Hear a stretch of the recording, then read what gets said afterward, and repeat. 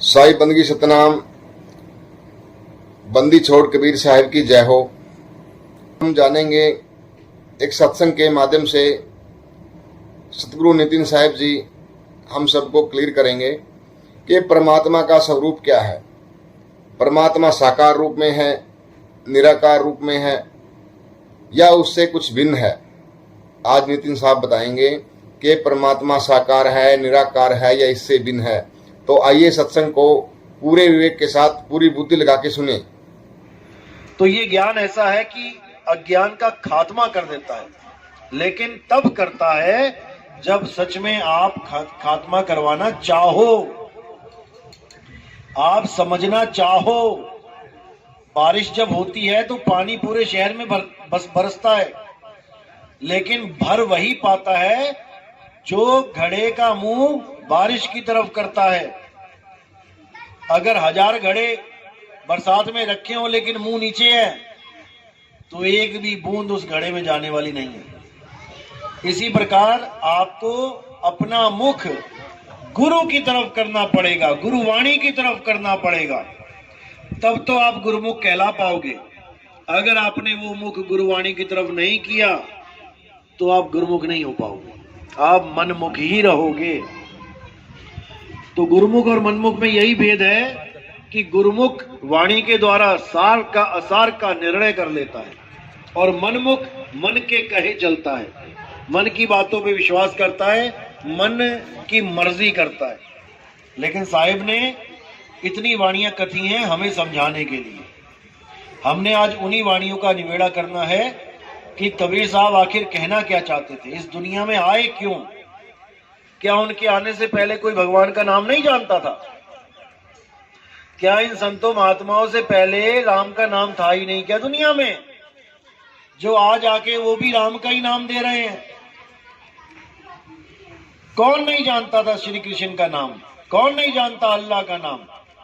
सारे जानते थे। फिर भी संतों को आना पड़ा। क्यों आना पड़ा?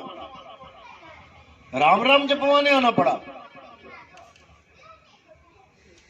नहीं, वो यहां राम राम जपवाने नहीं आए थे, वो यहां राम के बारे में बताने आए थे कि वो राम कौन है जिसको पाके तुम्हारा जन्म सफल होगा। राम राम तो सारे ही जपते रहे आज तक। तो इसीलिए साहिब ने निवेड़ा किया है कि 52 अक्षरों के द्वारा पैदा होने वाला जो नाम है रा और मां, ये इंसानों की देन है, ये इंसानों ने बनाया है ये अक्षर। सबसे पहले जब आदि मानव के रूप में इंसान आया इस दुनिया में तो उसके पास ना तो कपड़े थे, ना कोई रसोई, ना मकान, ना दुकान, ना कोई नौकरी, कुछ भी नहीं। उसके पास भाषा भी नहीं थी, उसके पास कोई अक्षर भी नहीं थे, उसके पास कोई किताबें ग्रंथ पोथियां नहीं थी। वो जानवरों की तरह बातें करता था, जैसे दो कुत्ते आपस में बात करते हैं, दो चिड़िया आपस में बात करती है। ऐसे इशारों की भाषा में, आवाजों की भाषाओं में तरह तरह की आवाजें निकाल के वो एक दूसरे को संकेत देते थे। लेकिन धीरे धीरे बुद्धि विकसित हुई, उन्होंने उन्हीं आवाजों को एक लिख के लिपिबद्ध कर दिया कि मैं आ बोलूंगा तो ये आ ऐसे लिखा जाएगा, मैं पा बोलूंगा तो पा ऐसे लिखेंगे, का बोलूंगा तो का ऐसे लिखेंगे। फिर उन्हीं अक्षरों को, उन्हीं ध्वनियों को जोड़ जोड़ के शब्द बना दिए गए। जैसे का और ला, कल में मां जोड़ दिया, कलम हो गया, आवाज वही है कलम। मां हटा दो तो कल, लेकिन उसका मतलब बदल जाता है। कल का मतलब बदल गया, कलम का मतलब बदल गया। अब कलम को ही ला पीछे कर दिया, मां आगे कर दिया, कमाला। आवाज वही निकली लेकिन मतलब ही बदल गया। राम मारा, दोनों का मतलब ही बदल गया, जबकि आवाज तो एक ही है। तो ये बुद्धि विवेक उस आदमी के, उन इंसानों के जब आया तब उन्होंने भाषाओं का विस्तार कर दिया और सारे संसार में जो कुछ भी दिखता रहा उनको, उसको वो लिपिबद्ध करते रहे कि ये दिखेगा तो ये लिखेंगे, वो दिखा तो ये लिखेंगे। उसकी फोटो खींची, उसका नाम लिया। फोटो खींची मतलब बता दिया लोगों को पत्थर उठा के दिखा दिया, बेटा इसको पत्थर कहते हैं। उस वक्त कैमरे तो थे नहीं, फोटो तो खींच नहीं सकते। लेकिन आज वही बच्चे जिनको आप भेजते हो स्कूल में, उनको वही आदि मानवों वाली पढ़ाई करवाई जाती है। आज भी उनको कबूतर बोल के कबूतर का चित्र दिखा दिया जाता है, ताकि मतभेद ना रहे। मैं का से कबूतर बोलूं और वो का से कौवा बोले और उसको कबूतर समझे, इसलिए नहीं। कबूतर लिखा है तो कबूतर का ही चित्र बना है, कौवा लिखा है तो कौवे का ही चित्र बना है, ताकि हमें समझ में आ जाए कि किस वस्तु का नाम ये 52 अक्षरों के द्वारा हम उच्चारित कर रहे हैं, ताकि सब एक मत हो जाएं। लेकिन हमारा एक मत हमारी भाषा तक ही सीमित रह जाता है। हिंदी भाषा में जितने भी नाम आप बोल रहे हो, चाहे आप हिंदी भाषा को पढ़ पढ़ के पीएचडी कर लो, डॉक्टर बन जाओ, साइंटिस्ट बन जाओ, लेकिन चीन में जाके तुम बच्चों वाली एबीसीडी नहीं पढ़ पाओगे, बड़े ज्ञानी बने हो तो। चीनी भाषा की एबीसीडी नहीं पढ़ पाओगे तुम लोग, चाहे यहां पर तुम पीएचडी कहला रहे हो। क्योंकि भाषा का ज्ञान अलग तो सारा खेल ही खत्म। चीन में जाके आप पानी भी नहीं मांग पाओगे किसी से, क्या बोलते हैं वहां पे, लेकिन इशारा सारी दुनिया में चलेगा। जहां मर्जी चले जाना, कहीं भी चले जाना, इशारा हर जगह काम करता है। तो इन्हीं 52 अक्षरों के द्वारा सारे संसार में जितनी भी रचनाएं दिखाई दी, उसका एक नाम रख दिया। आसमान का नाम आसमान रख दिया, हवा का नाम हवा रख दिया, अग्नि का नाम अग्नि रख दिया। ये सब तो ठीक था, क्योंकि दुनियादारी करनी है, इसलिए। गलती यहां कर दी कि हमने परमात्मा के भी नाम रख दिए। जब परमात्मा के नाम रख दिए बिना देखे, अब दिक्कत आ गई। क्योंकि हर चीज जो दिख रही है उसका नाम लिख के आप साबित कर सकते हो कि मैंने इसका नाम रखा है, लेकिन परमात्मा दिखाई ना दिया किसी को, लेकिन नाम रख दिया उसका। इसी प्रकार मुसलमानों ने अल्लाह दिखाई नहीं दिया, उसका नाम रख दिया अल्लाह, रब। ऐसे ही ईसाइयों ने जो चीज नहीं दिखाई दी उसका नाम रख दिया। ऐसे ही सिखों ने वाहिगुरु नाम रख दिया। अब वो चीज नहीं पता है, इसलिए सारे झगड़ा कर रहे हैं। नहीं मेरा राम बड़ा, नहीं मेरा अल्लाह बड़ा, नहीं मेरा वाहिगुरु बड़ा, नहीं मेरा गॉड बड़ा। अगर वो चीज पता लग जाए क्या है, तो सारे झगड़े शांत हो जाए। जैसे कोई बोले पानी बड़ा, कोई कहे जल बड़ा, कोई कहे नीर बड़ा, कोई कहे तोए बड़ा, तो झगड़ा शांत कैसे होगा? उनको कहो भैया अपना अपना सामान आगे लाके रख दो सामने। अब क्या लेके आएंगे वो?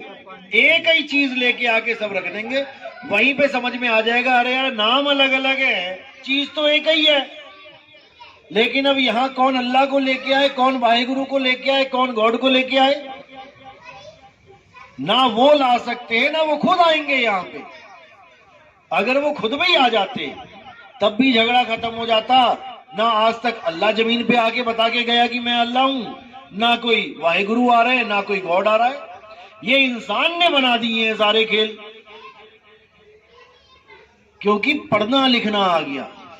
अगर पढ़ना लिखना बोलना नहीं आता तो कौन से नाम की जंग होती यहां पे? तब कौन सा राम होता, कौन सा अल्लाह, कौन सा? अरे 52 अक्षर बनने के बाद ये सारे नाम बने हैं। आज तक इंसानों के अलावा कोई और कुत्ता बिल्ली हाथी घोड़ा क्यों नहीं लड़ा भगवानों के नाम पे? वो भी तो परमात्मा के ही जीव हैं। केवल इंसान को ही क्यों झगड़ा सूझ रहा है, लड़ रहा है इंसान? केवल 52 अक्षरों की वजह से। ये जो मुंह से नाम निकल रहे हैं इसकी वजह से। इसीलिए साहिब ने बोला 52 अक्षर जोड़े आन और सक्या न अक्षर एक पहचान। उस एक अक्षर अविनाशी को कोई नहीं पहचान पा रहा, जो सब घटों को चला रहा है। हिंदुस्तान में अगर रामराज होता या रामराज हो जाए तो मुसलमान तो खत्म हो जाने चाहिए। अगर इस दुनिया को अल्लाह ने बनाया है तो हिंदू क्यों जीवित है, ईसाई क्यों जीवित है? फिर तो इन सबका सफाया हो जाना चाहिए। और आदमी ना करे, अल्लाह ही करे ना, फिर तो घर तो उसका है। हम लोग क्यों जी रहे हैं? हम लोग को सांस क्यों दे रहा है वो? केवल अपने मानने वालों को दे। लेकिन असल में बात यह है कि कोई अल्लाह, कोई वाहिगुरु ये चाहता ही नहीं है कि उसके नाम पे कोई झगड़ा होए, वरना अल्लाह और राम खुद ही झगड़ा करके निबेड़ा कर लें। कौन ताकतवर, कौन बड़ा है, हमें करने की क्या जरूरत है। लेकिन ना तो आज तक वो लड़े और ना ही हमारे कहने पे लड़ने वाले हैं। ये हम ही लड़ना जानते हैं, क्योंकि हमें मूर्ख बना दिया गया इन लोगों के द्वारा, जो हमारे धर्मों पे, हमारी आस्थाओं से राजनीति करते हैं। लेकिन अगर हमें नहीं समझ में आया आज, तो आने वाले समय में यहां पर अल्लाह राम का नाम लेने वाला भी कोई नहीं होगा। एक ही परमाणु दागेंगे सब साहब। अगर हिंदू ने दाग दिया तो हिंदू भी मरेंगे, मुसलमान ने दाग दिया मुसलमान भी मरेंगे। कोई बम ये देख के नहीं फूटेगा कि भैया हिंदू मर रहा है कि मुसलमान मर रहा है, सारे ही धराशायी हो जाएंगे। क्या फायदा फिर ऐसे अल्लाह राम का। इसीलिए कबीर साहब कह रहे हैं कि जिसको तुम पाना चाहते हो पहले उसको जानो, वो है क्या। अल्लाह वाले अल्लाह को जाने, राम वाले राम को जाने, झगड़ा खत्म हो जाएगा जानने के बाद, क्योंकि वो एक ही है। भाई रे दो जगदीश कहां से आया, और कहो कौन बौर आया। अल्लाह वाले भी कह रहे हैं अल्लाह एक है, परमात्मा एक, खुदा एक। राम वाले भी कह रहे हैं भगवान एक है। तो झगड़ा किस बात का है। बड़ा छोटा करने का झगड़ा है। मेरा पानी बड़ा, तेरा जल छोटा, मेरा नीर बड़ा, तेरा तोय छोटा। इससे कुछ मिलने वाला नहीं है। तो आज यहां पर आपको निवेड़ा करेंगे कि अल्लाह वाहिगुरु होता क्या है और हमने बना क्या दिया है। 3 प्रकार का ज्ञान है। अच्छी तरह समझ लोगे समझ में आ जाएगा, नहीं तो बताने वाला बता के चला जाएगा, आपके पल्ले कुछ नहीं पड़ेगा। 3 ही चीजें हैं इस दुनिया में, चौथी कोई चीज नहीं है। पहला है साकार, दूसरा है निराकार। अब साकार और निराकार पे सत्संग कर लेते हैं, तीसरे की बाद में बात करेंगे। साकार क्या है। ये सारी दुनिया में जितने भी रूप दिखाई दे रहे हैं ये सब साकार है। लेकिन ये आए कहां से, आए कहां से, निराकार से। किसी को शक है, कोई भी ग्रंथ पढ़ लो आप, शिव के भगत हो, शिव महापुराण पढ़ लो, उसमें साफ लिखा है, सृष्टि रचना पढ़ो, कि शिव जी ही निराकार रूप से साकार रूप धारण करते हैं। यानी पहले निराकार थे फिर साकार हो गए। आप विष्णु महापुराण उठा के देख लो, उसमें लिखा है विष्णु जी के 2 स्वरूप हैं, एक निराकार एक साकार। निराकार से ही साकार जगत का सृजन होता है। अब देवी भागवत उठा लो, वहां पर भी लिखा है कि सृष्टि बनने से पहले मां दुर्गा ना स्त्री हैं, ना पुरुष हैं, ना नपुंसक हैं, वही निराकार हैं, और निराकार से ही साकार की उत्पत्ति होती है। बिल्कुल स्पष्ट हो गया, साकार ही निराकार है, इन दोनों में कोई भेद नहीं है। अगर कोई ये सोचता है कि साकार और निराकार अलग अलग वस्तु हैं तो उसको अभी ज्ञान ही नहीं है। बर्फ और पानी, इनमें कोई भेद नहीं है। पानी के रूप में निराकार है, सब जगह विराजमान है। जैसे आपने एक पतीले में पानी डाला तो ऐसा कोई कोना नहीं बचेगा जहां पानी नहीं लग रहा है। 1 लीटर पानी डाल दिया, अब आपने उसी 1 लीटर पानी को ग्लास में जमा दिया और उसी पतीले में डाला तो क्या चारे कोने भर जाएंगे उससे? नहीं भरेंगे, वो एक ही जगह खड़ा रहेगा बर्फ रूप में। वो हो गया साकार, और पानी के रूप में वो हो गया निराकार। लेकिन है एक ही चीज। तो क्या कबीर साहब इसकी महिमा गा रहे हैं साकार और निराकार की? कबीर साहब तो लानत दे रहे हैं उन लोगों पे। कहते मैं देखूं तुझको और तू देखे कहीं और, लानत ऐसे चित पर एक चित 2 ठौर। कहते लानत है ऐसे चित पर। चित यानी आप सबके पास चित है। आधों का चित लग गया साकार में, आधों का चित लग गया निराकार में, और साहिब कह रहे लानत है ऐसे चित पर जो कभी साकार में और कभी निराकार में ही उलझा रहता है, जबकि दोनों एक ही हैं। आपने कई सत्संगों में देखा होगा, महात्माओं के भगत लोग जाते हैं और एक दूसरे के पैर छूते हैं। आपने छुए? किस किस ने छुए हैं? हाथ खड़े करो। किसी ने नहीं छुए, आप लोग ने छुए हैं। अब देखो, अब किसके पैर छू रहे हैं जाके? अब वो चाहे अंडा खा के आया, चाहे मीट खा के आया, चाहे गोली मार के आया, किसी को सत्संग में खड़ा हुआ और आपने जाके पैर छू लिए। आपने पूछा पैर छूने से पहले कि भैया क्या कर्म करके आया तू? उठ के सबके पैर छू लिए, भगवान बना दिया सबको, और क्या बोल दिया? तू ही निरंकार। अब देखो, साकार को ही बोल दिया तू ही निरंकार। समझो इस बात को, साकार के पैर छू के उसको कह दिया तू ही निरंकार, तो तब भी नहीं समझ पाए कि साकार निराकार एक को ही है, एक को ही है। कान ऐसे पकड़ाए थे तो किसी ने कह दिया अरे बेवकूफ तूने कान पकड़ लिए, तो क्या करूं? ऐसे पकड़। अरे वही है।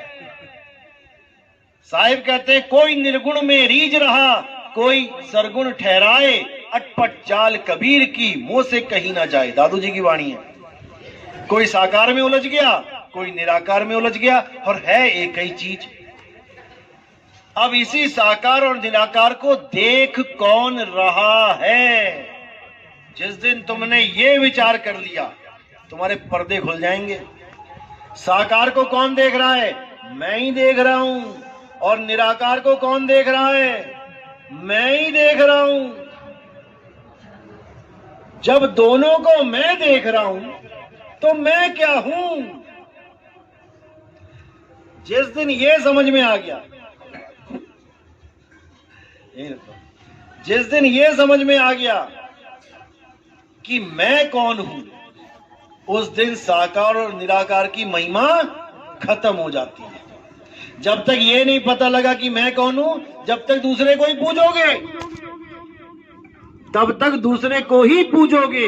लेकिन जब समझ में आ जाएगा कि मैं कौन हूं, उसके बाद दूसरा खत्म हो जाएगा।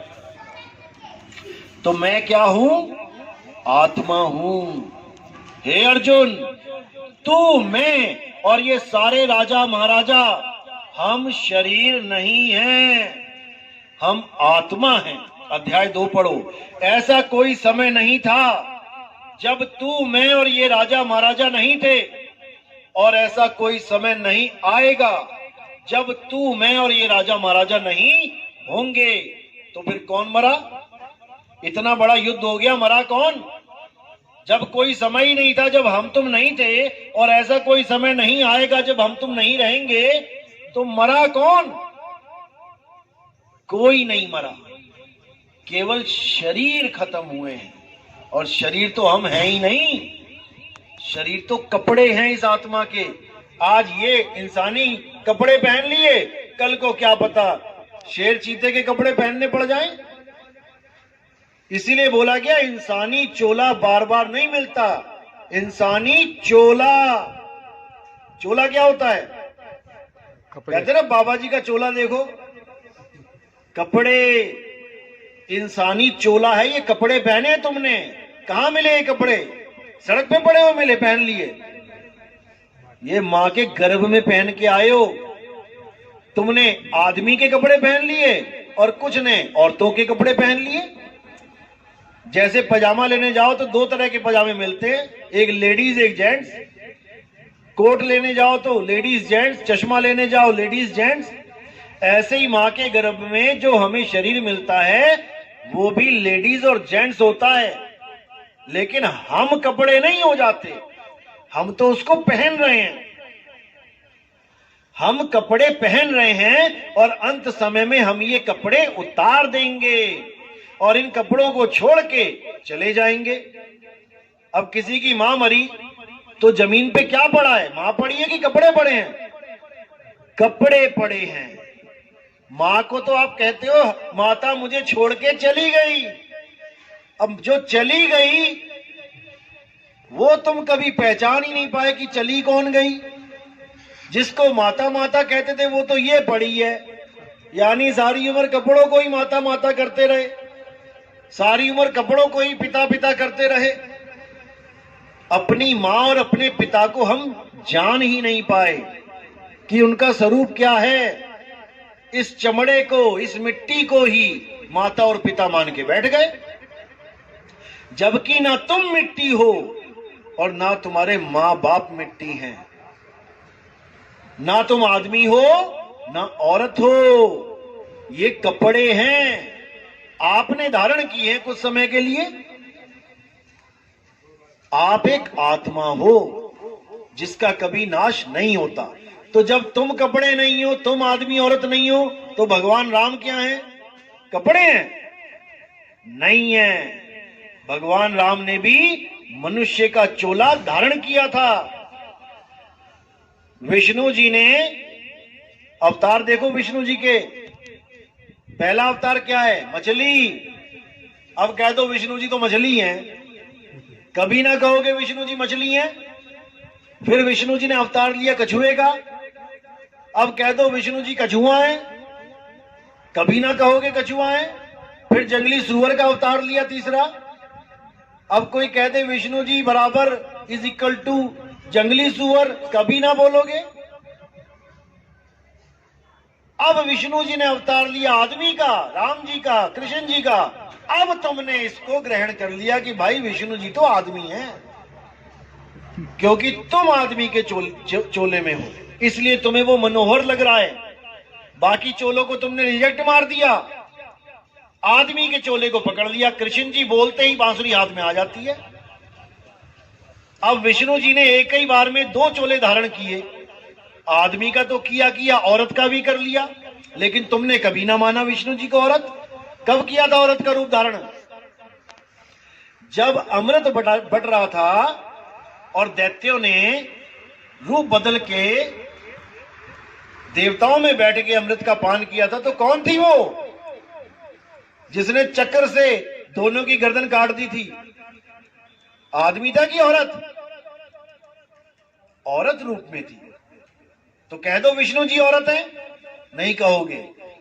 जब भस्मासुर को मारा, शंकर जी को भस्मासुर ने दौड़ा लिया, क्योंकि ऐसा आशीर्वाद दे दिया कि अब उस आशीर्वाद के सामने खुद भी झुकना पड़ गया। अब वो शंकर जी को भगा रहे हैं। अब शंकर जी ने किसको याद किया? विष्णु जी को, कि बचाओ प्रभु कहां फंस गए। अब विष्णु जी अगर अपने असली रूप में आ जाते तो जैसे शंकर जी भाग रहे थे वैसे विष्णु जी को भी भागना पड़ता, क्योंकि वरदान ही ऐसा था। सिर पे हाथ रखा और भस्म। तब विष्णु जी ने क्या किया? मोहिनी रूप लिया, एक लेडीज का रूप लिया और आके डांस करने लगे उसके सामने और उसको भी नचाने लगे। अब जैसे जैसे वो डांस करे वैसे वैसे वो राक्षस डांस करे, भस्मासुर। डांस करते करते क्या दिमाग लगाया? अपना हाथ अपने सिर पे रख लिया, उधर उसने भी अपना हाथ अपने सिर पे रख लिया, भस्म हो गया। अब कोई कहे कि विष्णु जी तो औरत ही है, असली रूप तो औरत का है, जो शेषनाग पे है वो तो नकली रूप है, तो हजम नहीं होगा। कहने का मतलब ये है विष्णु जी का ना तो आदमी का रूप है, ना औरत का रूप है, ना मछली का, ना कछुए का, ना जंगली सुअर का। विष्णु जी का असली रूप है आत्मा का। विष्णु जी आत्मा है, राम जी आत्मा है, कृष्ण जी आत्मा है। शरीर तो उन्होंने केवल लीला करने के लिए धारण किया है, जैसे आप लोग आत्मा हैं। शरीर तो केवल ये दुनियादारी करने के लिए धारण किया है। आप नहीं मिट्टी हो गए, आप नहीं आदमी और औरत हो गए। यही गीता में समझाया गया। हे अर्जुन, जो अपने आप को शरीर मानते हैं और जो मुझे भी शरीर करके जानते हैं, असल में वो मुझे जानते ही नहीं। मेरी पूजा, मेरी भक्ति केवल वो लोग कर पाते हैं जो मुझे तत्व रूप में जानते हैं कि मैं हूं क्या। क्योंकि उन्होंने महिमा किसकी गाई है गीता में? जिसको शस्त्र काट नहीं सकता, अग्नि जला नहीं सकती, वायु सुखा नहीं सकती, जल भिगो नहीं सकता। कौन है वो? आत्मदेव है, अजन्मा है। लेकिन हम किसकी पूजा करने में लग गए? जिसके पैर में तीर लग गया था। किसके लगा था? कृष्ण जी के। कृष्ण जी के। तो जब वो कह रहे हैं कि जिसको शस्त्र काट नहीं सकता, अग्नि जला नहीं सकती, तो हमें कब कहा उन्होंने कि जिसके पैर में तीर लग जाए उसकी पूजा करो? उन्होंने कहा जहां तीर भी ना लग पाए उसको जानो अर्जुन। इसीलिए हम इतने युगों से धक्के खाते हुए आज कलयुग में बैठे हैं। अगर हम विष्णु जी की कही बात सतयुग में समझ जाते तो हम कभी त्रेता में आते ही ना, हमें वही मुक्ति मिल जाती। अगर त्रेता में कही बात राम जी की हम समझ जाते तो हम कभी द्वापर में ना आते, और द्वापर में कही बात कृष्ण जी की हम द्वापर में समझ जाते तो हम कभी कलयुग में ना आते। और अगर अब कलयुग में भी नितिन दास की बात तुम्हें समझ में नहीं आ रही है तो दोबारा तैयारी कर लो आने की। बस यही है फार्मूला। समझ जाओगे तो निकल जाओगे, नहीं समझोगे तो फिर वापस आ जाओगे। ऐसे ही ढूंढ रहे होगे कोई गुरु, कोई मुझे मुक्ति दे दे, और जो मुक्ति की बात चल रही है वो समझ में नहीं आ रही है। इसीलिए कबीर साहब ने कोई कसर नहीं छोड़ी बताने में। उन्होंने बोला जल में मीन प्यासी मोहे देखत आवे हासी, आत्म ज्ञान बिना नर भटके। कहां भटके? तुम्हें तो लग रहा है हम तो जा रहे हैं भगवान जी के पास, कभी काबा कभी काशी। मुसलमान जा रहे हैं काबा और बड़े खुश होके जा रहे हैं, और साहिब क्या कह रहे हैं? आत्म ज्ञान बिना नर भटके। भटकने जा रहे हो तुम वहां पे, क्योंकि तुम्हारा खुदा किसी काबा काशी का गुलाम नहीं है कि वहीं बैठा हुआ है। तुम्हारा साहिब तुम्हारे अंदर बैठा है, तुम्हारी आत्मा में बैठा है। ज्यों तिल माही तेल है, ज्यों चकमक में आग, और तेरा साईं तुझ में है, जाग सके तो जाग। जब मेरा साईं मुझ में है तो फिर मैं कहां जाऊं उसे ढूंढने? दूध में घी छुपा है, अब दूध कहां जाए घी को ढूंढने? कहीं भी चला जाए वो उसे ढूंढ नहीं सकता, क्योंकि दूध में ही घी है। बस उसे ऐसा गुरु चाहिए जो दूध से घी कैसे प्रकट होगा ये विधि बता दे। अगर इतना ज्ञान समझ में आ गया तब तो कल्याण हो जाएगा, नहीं तो फिर किसी मां के गर्भ में पड़ जाओगे जाके। और ये भूल जाना कि यही वाली अम्मा जी मिलेंगी जिससे प्यार करके बैठे हो। पता नहीं कौन सी गधी, कौन सी सूरी, कौन सी हथनी के गर्भ में जाके फिर वैसा ही निकल के आ जाओगे सामान। जैसी मां वैसा बेटा। आज तो इंसानी चोले में, यानी इंसान रूपी मां के गर्भ में पड़ गए तो मिल गया चोला, नहीं तो कुतिया के गर्भ में पड़ जाते तो कुत्ता बन के निकल आते। आज कोई कहे कि वो कुतिया लेटी है, जाए इसका दूध पी, जाके पिएगा कोई? कोई ना पिएगा। और जब उसके गर्भ में पड़ गए तो बाकी भाइयों को पीछे करोगे, सबसे पहले जाके चूसोगे, तगड़े हो जाओगे, मोटे हो जाओगे। वहां तुम्हें याद नहीं रहेगा कि मैं कभी इंसान था और मैं घिन कर रहा था कि ये दूध मैं नहीं पी सकता। अब चूस चूस के मोटे ताजे हो जाओगे।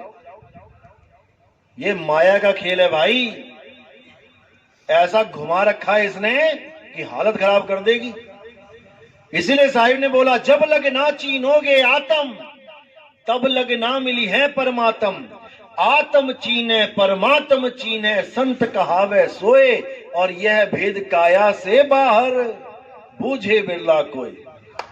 जब तक काया से बाहर का ज्ञान नहीं समझ में आया, यानी विदेही ज्ञान समझ में नहीं आया, जब तक भटकते ही रहोगे। तो इसीलिए साहिब ने बोला जब लग ध्यान विदेह न पावे, तब लग जीव भव भटका खावे। उस विदेही ज्ञान को समझ लो, उस आत्म राम को समझ लो।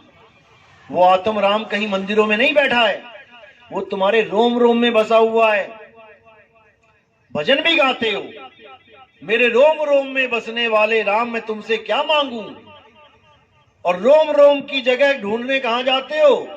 मंदिर में। अब कहते हो मैं तुमसे क्या मांगू, और इतनी लंबी लिस्ट लेके जाते हो वहां पे। सब उल्टा चल रहा है काम। कुछ मांगने की जरूरत नहीं है भाई, बिना मांगे सब कुछ मिलेगा। लेकिन तुम्हें भगवान को केवल एटीएम बना के शो कर दिया गया है कि मंदिर जाना है तो ऐसे मंदिर में जाओ जहां तुम्हारी इच्छा पूर्ति हो जाए। उसका नाम भी यही रख दिया, इच्छा पूर्ति मंदिर। मतलब घर बैठ के अगर तुम मांगोगे तो उसने कानों में उंगलियां दे रखी हैं, और वहां जाके मांगोगे तो वो सुन लेगा। कमाल कर दी। इसी भरम में सारा जग भूल रहा है। हमारा साहेब हम में है। कस्तूरी कुंडल बसे, मरग ढूंढे बनमाही, और ऐसे रमता राम है, ये दुनिया जाने नाही। ये दुनिया नहीं समझ सकती उसको, क्योंकि जितने भी लोग हैं उन्होंने भगवान को एक बिजनेसमैन समझ लिया है। भगवान जी मुझे ये दे देना, मैं तुम्हें वो दे दूंगा। यही बिजनेस चल रहा है। अगर किसी ने मन्नत मांगी, भगवान जी मेरे घर में बेटा हो जाए, मैं पूरे गांव को खाना खिलाऊंगा, बेटा नहीं हुआ ना, खाना भी नहीं खिलाएगा। इतना स्वार्थी है ये। कहेगा पहले मेरे बेटा होना चाहिए तब खिलाऊंगा खाना। इतना स्वार्थी है। तो ऐसे लोगों को क्या परमात्मा मिलेगा? भूल जाओ। तो इसी को बार बार संतों ने समझाया, कोई कमी नहीं छोड़ी, लेकिन ये मूर्ख जीव समझ नहीं पाया। तो अब समझना है, अब इस मूर्खता को छोड़ना है। आत्म में राम, राम में आत्म, चीनस गुरुमुख विचारे। गुरबाणी यही समझा रही है, लेकिन हमें नहीं समझ में आ रहा। हम अपने आप को छोड़ के हर चीज को पकड़ने में लगे हैं। आत्मा को छोड़ के हर चीज माया है। यही अर्जुन को समझाया गया कि हे अर्जुन, आत्मा अजन्मा है, आत्मा नित्य है, आत्मा शाश्वत है, आत्मा पुरातन सनातन है। जो आत्मा के पुजारी हैं असल में वही सनातनी हैं। सनातनी यानी जिसका कोई आदि और अंत ना हो। कहते हैं ना, हिंदू धर्म का कोई आदि और अंत नहीं है, सनातन धर्म का आदि और अंत नहीं है। वो तब नहीं है जब तुम आत्मज्ञानी हो जाओ। अगर तुम राम जी के पुजारी हो तो सत्य त्रेता, त्रेता से पहले दिखाओ राम जी कहां है। आदि और अंत में आता है त्रेता क्या? अगर तुम विष्णु जी के पुजारी हो तो सतयुग, तुम कृष्ण जी के पुजारी हो तो द्वापर युग, तुम किसी और गुरु के पुजारी हो जिसको तुमने भगवान मान लिया तो ये तो कलियुग। इसीलिए 10वीं पातशाही को पूछा गया तुम्हारा गुरु कौन है? उन्होंने क्या बोला? आदि अंत एको अवतारा, सोई गुरु समझो हमारा। उन्होंने 9वीं पातशाही का नाम नहीं लिया कि ये गुरुजी मेरे गुरुजी हैं। उन्होंने कहा वो मेरा गुरु है जो आदि अंत तक एक ही अवतार में रहता है। और वो क्या, कौन है? आत्मदेव। हे अर्जुन, आत्मा ना तो कभी जन्म लेता है, ना ही आत्मा की कभी मृत्यु होती है। आदि और अंत तक केवल आत्मा ही आत्मा होता है, इसके अलावा कुछ नहीं। बाकी सब जन्मते हैं, मरते हैं, आते हैं, जाते हैं, लेकिन आत्मा अचल हमेशा एक ही रस में रहता है। वो परिवर्तित नहीं होता, क्योंकि परिवर्तन होने वाली हर चीज माया है। बर्फ जब पिघल जाती है तो वो पानी बन जाती है, माया है। साकार कहां से आया? निराकार से। निराकार ही जब साकार बन रहा है तो माया है, और साकार निराकार हो जाता है तो भी माया है। वो क्या है जो कभी नहीं बदलता?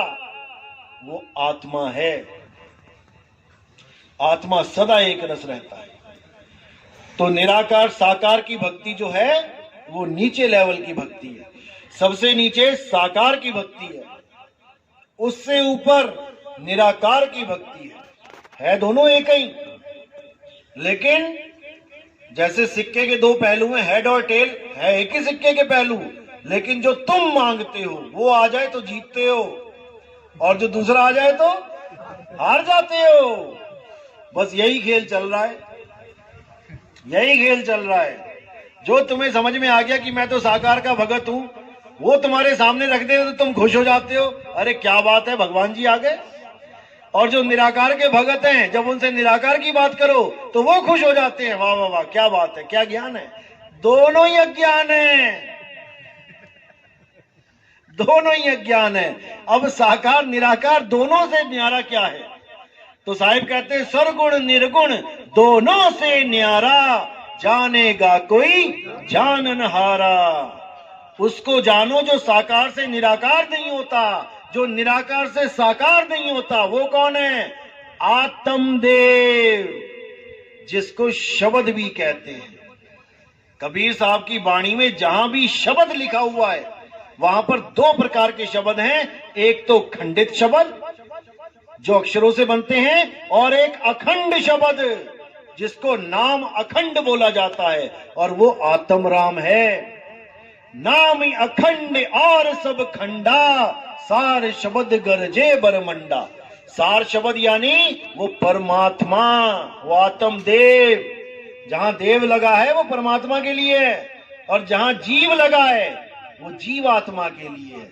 धक्के खाने वाले लोग जीवात्मा होते हैं, और जो अचल अवस्था में रहते हैं वो परमात्मा परम पद को प्राप्त होते हैं।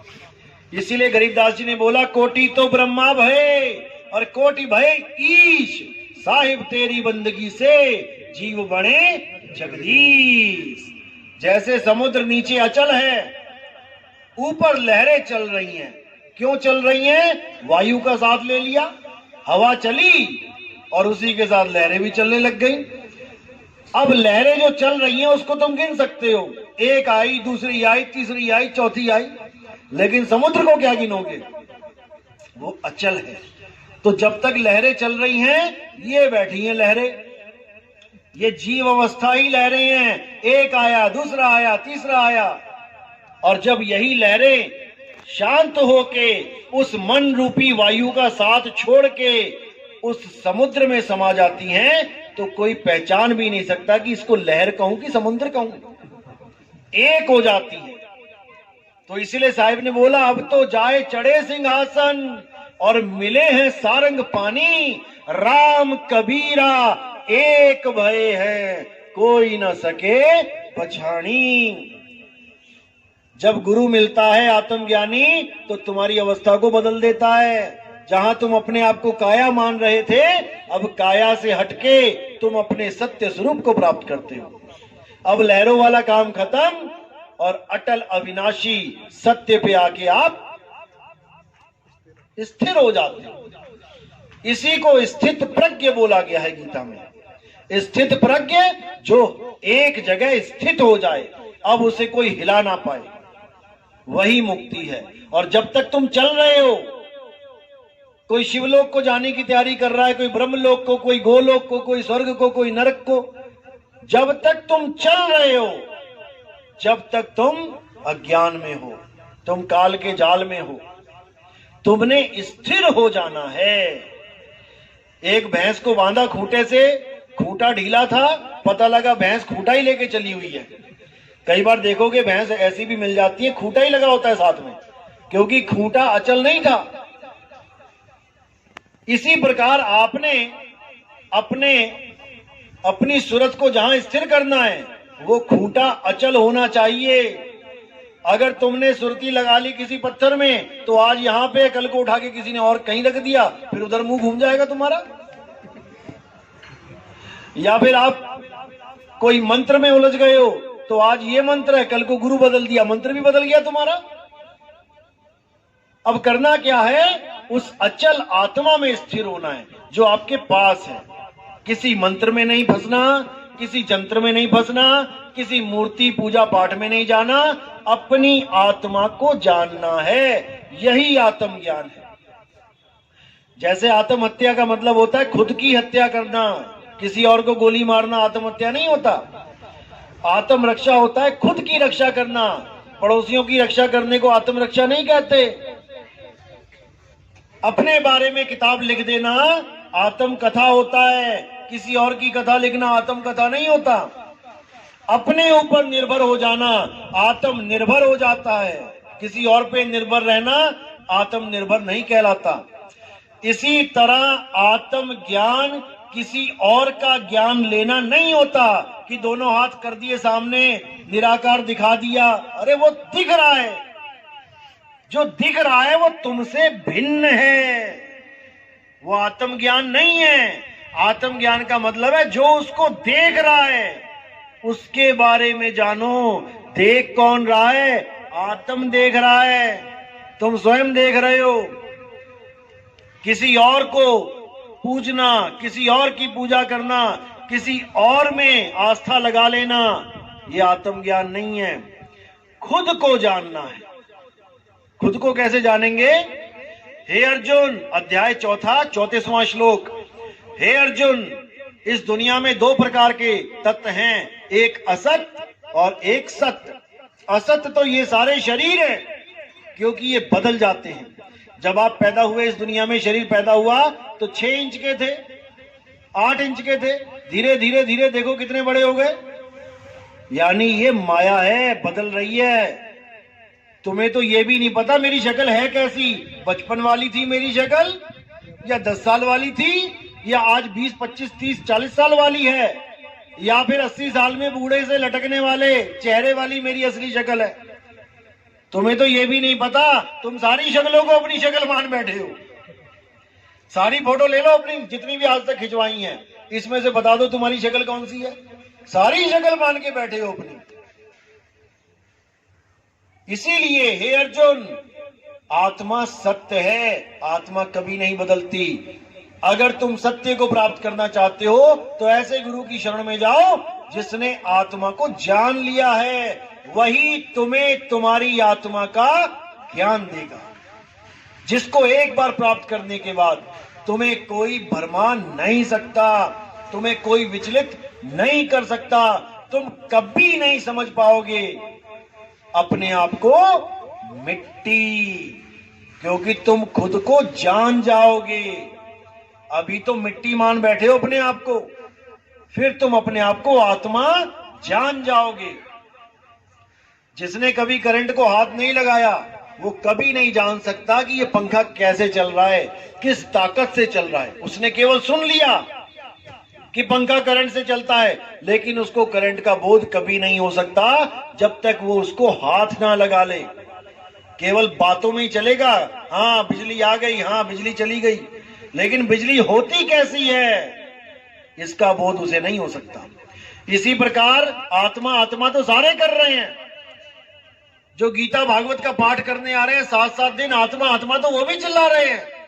लेकिन देखना फिर क्या करवाते हैं, पूरा दिन आत्मा आत्मा करके शरीर की पूजा, वो भी शरीर क्या बोलूं, पत्थर है, पत्थर की पूजा करवा के भेज देते हैं घर। अब कहां गई तुम्हारी आत्मा? अब कहां गया तुम्हारा आत्मज्ञान? किसी को नहीं समझ में आ रहा कि हमारे साथ करवाया, हमें क्या बताया जा रहा है, कैसे हमें घुमा दिया जा रहा है। इसीलिए कबीर साहब को बोलना पड़ा, कबीर आत्म ज्ञान का पड़ा नगर में शोर, और पूछो कैसी आत्मा, देखते दांत निपोर। उनको पूछो आत्मा होती कैसी है? क्या आत्मा के 2 हाथ होते हैं, 2 पैर होते हैं, या आत्मा कोई ज्योति प्रकाश होती है? आधी दुनिया इसको ज्योत को आत्मा मान के बैठी है। मैंने ज्योत देख ली, मैंने प्रकाश देख लिया, मेरा कल्याण हो गया। अरे वो दृश्य है, ज्योत एक दृश्य है जो तुमने देख लिया। ज्योत को देखा किसने, उसका स्वरूप क्या है? जब तक इसको नहीं जाना, जब तक आत्मज्ञान नहीं हो सकता। अब ज्योत क्या है? गुरबाणी में क्या बोला? अरे मन तू ज्योत स्वरूप है, अपना मूल पहचान। ये तुम्हारा मन है जिसको तुमने आत्मा मान लिया, परमात्मा मान लिया ज्योत को। यही ज्योत सारी संसार की रचना करके 184 बना के बैठी है। अव्वल अल्लाह नूर उपाया, कुदरत के सब बंदे, एक नूर ते सब जग उपजया। कौन भले कौन मंदे। किससे बना है दुनिया? नूर से। नूर क्या है? ये मन ही है नूर। मन ही स्वरूपी देव निरंजन, तुम्हें राख भरमाई हो, ए हंसा तू अमर लोक का बड़ा कालवश आई हो। ये प्रकाश जो दिखाई दे रहा है यही है काल भगवान। इसी से प्रेम करवा दिया सबको। एक नूर सर्वव्यापक, यही है काल भगवान, इसी का सारा पसारा है। एक राम दशरथ का बेटा, एक राम घट घट में बैठा, एक राम का सगल पसारा, ये है वो राम, मन रूपी राम। और एक राम तीनों से न्यारा, उसको जानना है जो तीनों से न्यारा है। पहला राम कौन है? एक राम दशरथ का बेटा, जो त्रेता युग में आए, दशरथ के पुत्र, यानी कि हम काया रूप में पहचान रहे हैं उनको। पुत्र तो काया ही होती है ना। एक राम दशरथ का बेटा यानी काया राम, तन राम। एक राम घट घट में बैठा, उस काया राम के अंदर कौन बैठा है जो चला रहा है काया को? जीव राम। तुम्हारी काया खुद नहीं चल रही। अगर खुद चलती होती तो क्यों लेट जाती है अंत में? कौन छोड़ के चला गया इस काया को? जीव। ये दूसरा राम जीव राम है जो इस काया को चला रहा है। अब तीसरा राम कौन है? एक राम का सगल पसारा, ये मन राम है। जो ये दुनिया तुम्हें दिख रही है, ये गाड़ियां, कारें, बिल्डिंगें, ये पहले थी क्या? जब इस दुनिया में आदमी आया, आदमी ना आता तो ये बिल्डिंगें आ जाती क्या? क्या शेरों ने 4 मंजिली बिल्डिंग बना दी जंगलों में? या मगरमच्छों ने पनडुब्बियां बना दी पानी में? ये तुम्हारे मन का पसारा है। जितना भी तुम्हें दिख रहा है प्रकृति के अलावा, ये बिल्डिंगें, ये कारें, ये दुनियादारी जितनी, ये तुम्हारे मन का पसारा है। एक राम का सगल पसारा और एक राम तीनों से न्यारा, वो है आत्म राम, जिसको परमात्मा भी बोल देते हैं। तो यही 4 राम का निबेड़ा कबीर साहब ने किया था, लेकिन लोग कबीर साहब को भगवान राम का पुजारी समझ बैठे, तो उनको वाणी बोलना पड़ा, हमारा राम दशरथ सुत नाही। हमारा राम वो है जो सबको चला रहा है, जो किसी को मारता ही नहीं, जो सबको जीवन ही देता है। ये जितने शरीर हैं, इनको जीवन वही दे रहा है, लेकिन समझ में नहीं आ रहा। तो इसी को समझना है, आत्म राम को जानना है। आत्मा के बिना सब झूठ है।